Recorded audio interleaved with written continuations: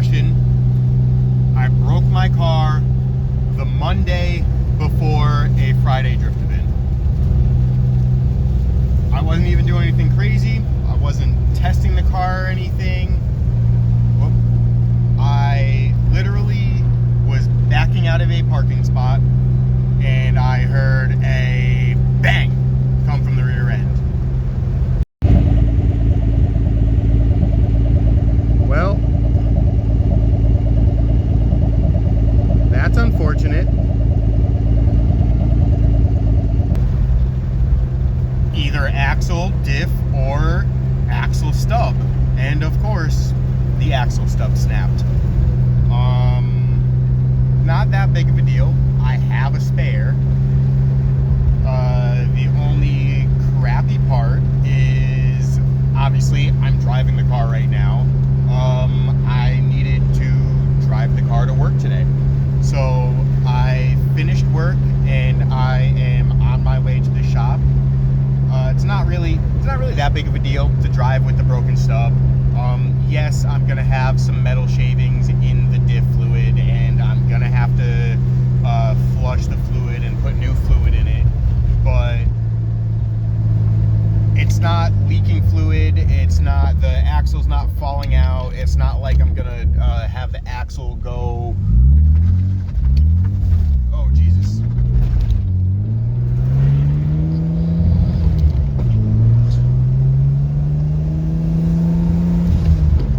Of course, as I say, it's not a big deal. I try to accelerate and I can't go anywhere because I've got a nice little one tire fire action going on.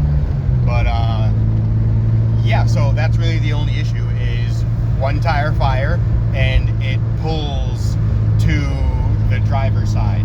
So obviously I'm wearing my front tires a little bit more, and I need to be paying attention when I'm giving it throttle. But besides that, no big deal. So I'm just getting to the shop now. A little bit of fender rub action.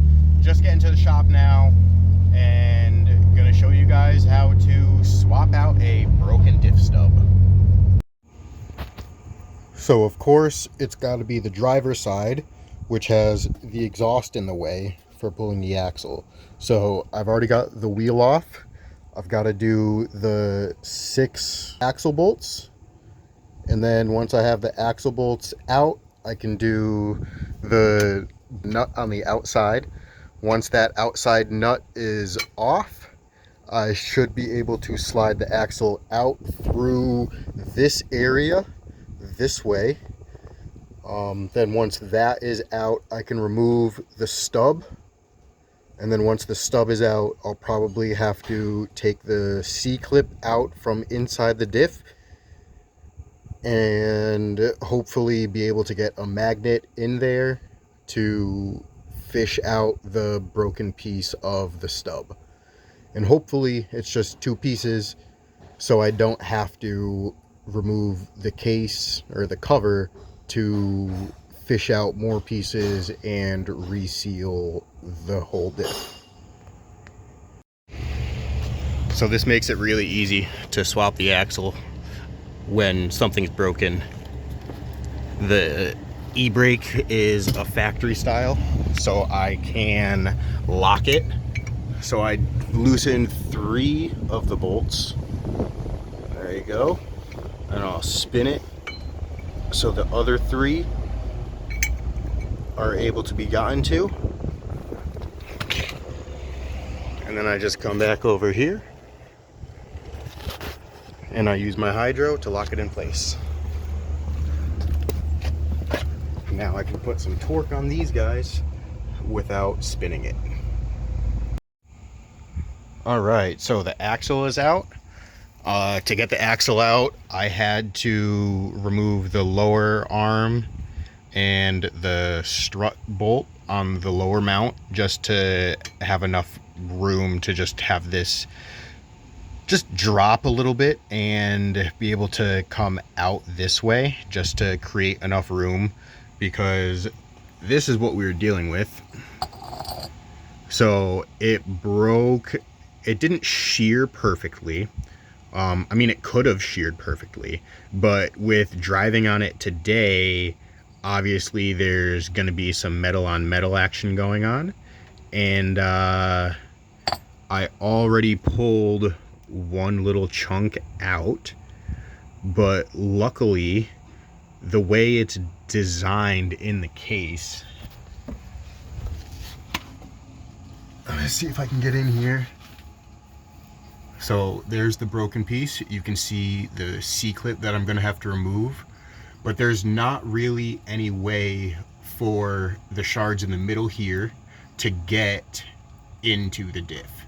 So yes, there could be some very small flakes that did make it through that are in the fluid, which is why I have fluid in that bag right there. So I'm gonna replace the fluid, but I should be okay to not have to pull the cover to try and get any chunks out. So there's my C-clip. I just used this 90-degree pick to fish it out. And then hopefully we can use this magnet. Hopefully. Oh, it might be too long. And we just stick this in here and hope and pray. Nope, it's too twisted.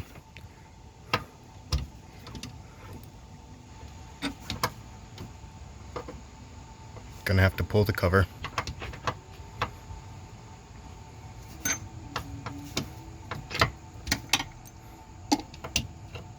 Man, what a pain in my ass.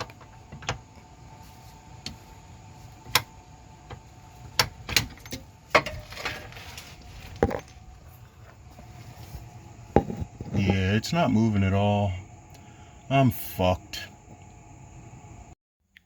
So this is exactly why you don't plate when you do the welded, because I was able to get right in here using a combination of these two punches and this pry bar and this hammer, and I was able to hammer out the broken piece.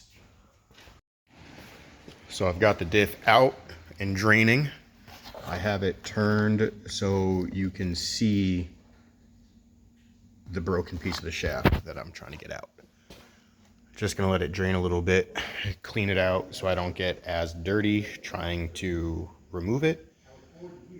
Take a little smoke break and we'll get back to it. So the diff is done. It is resealed. I'm just waiting for the silicone to cure a little bit before I torque down the bolts. But in the meantime, check out this carnage. So here's the stub. And I'm pretty sure it looks so bad just because I drove on it today.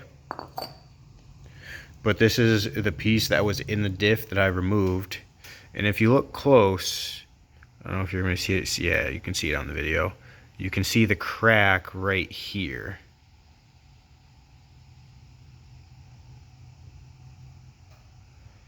So I don't know if it cracked in the two places or if it just cracked here and then by driving on it it cracked here, but that's a pretty good one. I don't know if I've ever seen one look that good before.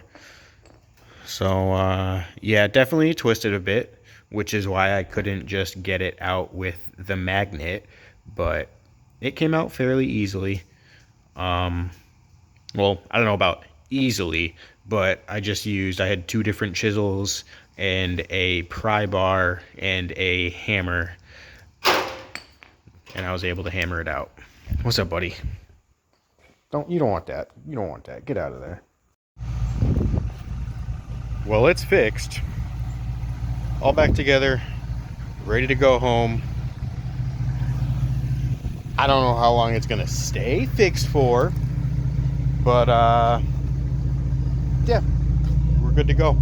Ready to go drifting on Friday. As I edited that, I just couldn't help but think to myself, well, yeah, the car's ready to drift, but that's only as long as it stays together. So the crack that I found in the subframe, kind of concerning. Um, it's really not that big of a deal. It's a known issue with e36s. They sell actually reinforcement, like plating kits for the front and the rear subframe, mainly for like road race cars, but apparently you need to reinforce the rear subframe for drifting too. I'm just more concerned that I didn't notice it when I had the subframe out and I was doing the subframe reinforcement. So I have a feeling that that is the reason that it cracked. Just the extra twisting of the subframe causes extra stress on the metal, on top of the fact that it doesn't really have any like paint coating on it anymore, and it's probably a bit fatigued from just the elements and rust and whatnot. So with it being cracked, my plans for the future are to replace it. It's already kind of bent, so I don't want to reinforce this one and rebuild this one up. I would rather just replace it with a known good one and reinforce that known good one. So that's in the future. I should be able to pop my bushings out of this one and just buy a reinforcement kit and just weld the kit onto the new subframe, paint it up, and be good to go. But in the meantime, I don't have faith in the metal that is the subframe. So I don't feel like trying to weld the crack was going to be a good idea. So what I did was I drilled out the end of it just to stop the crack from traveling further, and I coated it with a tube of JB Weld. So it's actually not even JB Weld. It's this stuff I found online. It's metal reinforced epoxy. So it's essentially epoxy, but it's basically JB Weld. But you can drill into it, you can tap it, you basically you put it on and you treat it as metal. So I drilled out the crack and I coated the outside of it, and then there's a little crevice where you can get in, like the diff mounting little ear there, and I put a bunch inside that as well to try and like have it seep in the crack from the other direction. So I put it on the bottom and on the top, and then on the passenger side I obviously was concerned and wanted to check that side as well, and that side luckily isn't cracked. I say it's not cracked, but it very well could be like very minorly cracked, just like right along the weld seam. I couldn't really tell. It's again, it's a little bit rusty, so I couldn't really tell. But I figure if the other side already has a crack in it, this side, I may as well treat it as if it has a crack in it.